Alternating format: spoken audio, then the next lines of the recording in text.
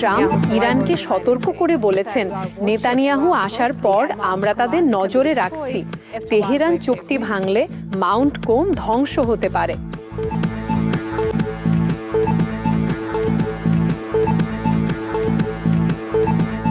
Iran সতর্ক করেছে, তাদের জমাকৃত সম্পদ থেকে কোনো দেশ বা কোম্পানি লাভবান হলে তারা হরমুজ প্রণালী দিয়ে চলাচলে নিষেধাজ্ঞার মুখে পড়বে।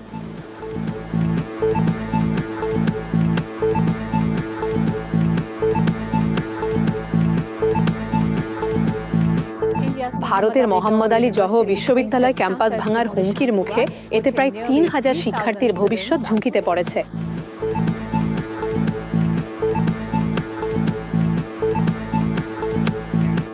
এবং শক্তিশালী ৭.১ মাত্রার ভূমিকম্প কিউশুতে আঘাত এনেছে। জাপান সুনামি সতর্কতা জারি করেছে এবং ব্যাপক বিদ্যুৎ বিভ্রাটের মুখে পড়েছে।